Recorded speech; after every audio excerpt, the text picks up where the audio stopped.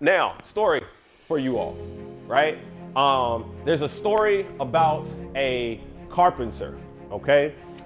There's this carpenter, he was really good, really good at carpentry, right? And he was getting to the point of his career where he was ready to retire.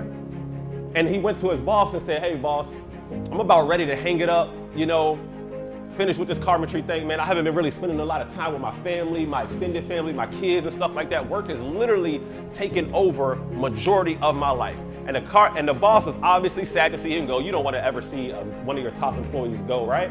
So the boss said to him, all right, you know what? I understand that. I want you to go and do whatever it is that you want to do and spend time with your family, live a leisure life like you said. But he said, I got one more favor that I want to ask you.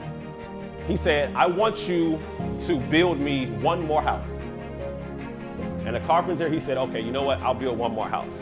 But over time of building the house, you can tell that his heart wasn't in it anymore. His mind wasn't in it anymore. He took a lot of shortcuts, faulty wiring, faulty plumbing, all of that stuff. Didn't use the best material to build the house and stuff like that. But just put it together just any old way, just so that it would be at least presentable to his boss when his boss came and inspected it. So he got done with the house. The boss came and he was ready to inspect the house. The boss did the inspection. Okay, looks nice, look nice, look nice. When he was done the inspection, the boss gave the carpenter the keys, said, this is your house. Gave him a shocked. I mean, he was like, what? This is my house? He was giving him one last gift for him before he left. Shocked, and now he said, I have to live in this house that I've used faulty material for, okay? And it literally plays into our lives in this. We are literally building the lives that we want on a daily basis. So your wants versus your expectations, okay? Your wants is all of the faulty wiring and the faulty plumbing and stuff like that that you're using, right? Your expectations would have been he's done the work and done the job the way that he's known to do the job for years and years and years and years. But he didn't do that. And so our lives today are literally are a product of the building material that we've used in the past. So I ask you today, what type of material have you used in the past? I know for me, I was using a whole bunch of faulty material. If there's any way to take a shortcut, I was definitely going to take it. If there was any way to get out of doing something, I was definitely going to find my way out of doing something. If there's any way to procrastinate, I'm definitely going to procrastinate on it. I'm going to wait until like the day before and then I'm going to go and do it. I'm going to wait until like the day before and then I'm going to study for that test. But I learned that if you put off enough stuff till tomorrow, you'll end up with a lot of empty yesterdays.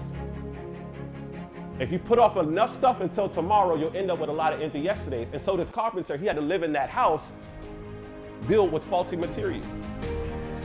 So I'm asking you all again, what type of material are you all using in your lives? Wants or the expectations that you have? And so now for me, I didn't get to the point to where I actually started having greater expectations of myself until I started to raise my standards, okay?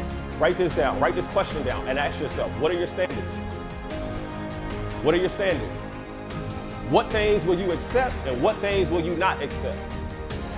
There was a lot of things that I was accepting in my life that I will no longer accept anymore. I will no longer accept mediocrity. I will no longer accept half work. I will no longer accept anything than my absolute best. I spent 3 years working at Bob Evans when I was in college.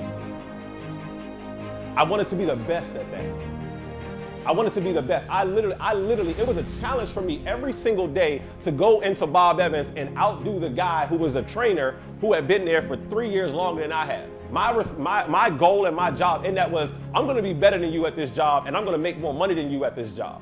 Everything that I did, it didn't matter what I did, I always wanted to be the best at it. I raised my standards.